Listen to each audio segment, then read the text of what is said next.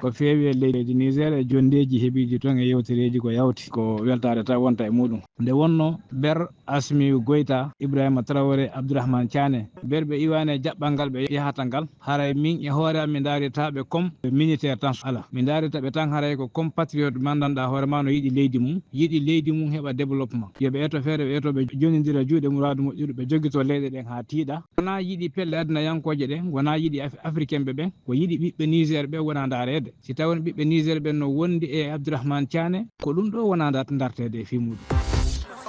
Niger en nanino discours mo ciyani waɗi e haala pular fulfulde eyyi ɗum addata ha yimɓe ɓe gokka ɗum respect par ce que ko armé tan aninen cikkanno so tawi ɓe mbaɗi hono oni batu ɓiɓɓe Niger naɓe gaari notima cikkannomi ko watta toon ko discours démocratique gueɗe ɗiɗi ta e heɗiɗa hen haala goho ɓe mbaɗa libération oɗo président mo ɓe nangui Mohamed Bazoum o accite ɗimmol ngol cikkannomi taw ko noddirta ɓiɓɓe Niger ko yoɓe mbaɗ organisé sunguji président civil arta e pouvoir ɓe jaaɓe ɗo koye keeri leyɗele mumen kono ko haali toon ko fof ko hay hunde ala hen ko famni ala hen ko naɓata Niger yeeso ala hen ko addata potal wiyama duuɓi 5 garoji ɗi ɓe jaɓiri ɗum yo laamu neɗɗo yamirtaki yo laamu koko watte ko élection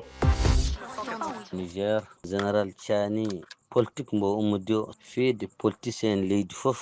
ustaɓe haɓe laaɓa hedde yinkon seeɗa wadde noon mbiyen Tiani ko politicien wona militaire dadiɗo kaɓatonoɗo hanki ala ɓe gonti politicien saabu ɗum sarta simaɓe wona ɓuuri hay politicien doole anji o jaggui leydi ndi fof wontiriɓe jawdi e hakkilantagal ha kamɓe fof ɓe jooɗi mbaɗi oɗo assise ɓe mbaɗi tawa ko yimɓe makko meeɓe en pamani Afrique holto hucciti ndiɗo leydi duuɓi ne foti hande oɗon jooɗi ɗo rutto kadi wiye joni rokke duuɓi 5 ɗum wona to jaam fayi